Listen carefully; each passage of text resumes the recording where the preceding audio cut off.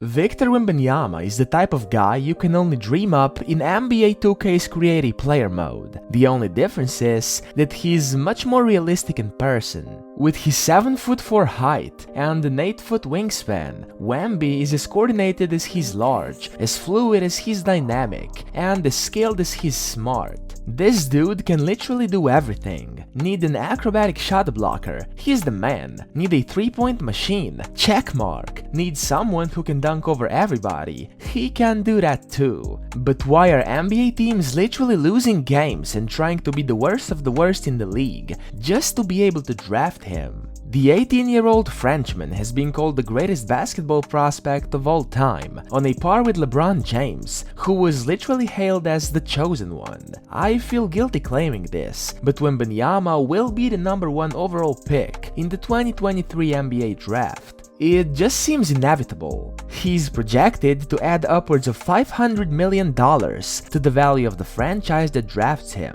and will almost certainly win them a lot of games too. And this NBA season is going to look dramatically different because of him. Victor's talent is so appealing that some executives had already started hollowing out their teams before the 2022 to 2023 season, trading away their best players for future draft picks that could, hopefully, be used to select the teenager. Now, let me lay down some examples. The Spurs traded their best player, DeJounte Murray, who at just 26 years old was named to the first All-Star team last season, for 3 unprotected first-round picks and a pick swap. The Jazz, who were the #1 seed in the Western Conference just 2 seasons ago, let go of the 2 players most responsible for taking them to the top, Rudy Gobert and Donovan Mitchell, for 7 unprotected first-round picks and 3 pick swaps. And then there are teams like the OKC, Rockets, Magic, and the Pistons, who are already performing so badly that they don't even need to make any trades to guarantee that they will be in with a chance of owning the #1 pick next year. I think that was enough examples, but what I'm trying to say is that these teams are actively trying to get worse, because it's exactly what the NBA incentivizes. The teams that finish with the worst records are rewarded with the best odds of winning the draft lottery and picking at the top of the 2023 draft. The 3 worst teams in the league each have a 14% chance of obtaining the first pick, and therefore the ultimate unicorn, Wembanyama. And if we take into consideration that drafting a generational talent prospect is by far the easiest way to win a title, it's no wonder so many teams are trying to do just that. But what does this strategy lead to? Well, some truly unwatchable basketball towards the end of the season, which typically happens in March or April, when teams begin to shoot for the bottom of the standings by trading away good players, resting their remaining veterans, or exaggerating injuries to their best young stars. And this year, there's Wembanyama on the line, with Scoot Henderson and Amen Thompson right behind him, which could result into tanking becoming even worse than usual. It's actually quite unfair to make any fan base wait that long, or make any NBA fan watch uncompetitive,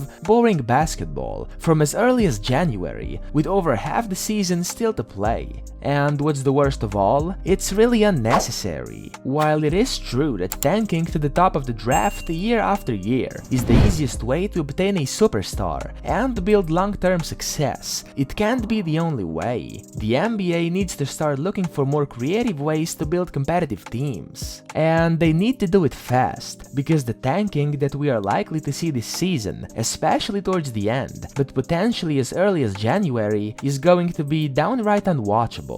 It's understandable that everyone wants to draft Wembanyama, but they must understand that the fans want to watch good basketball too.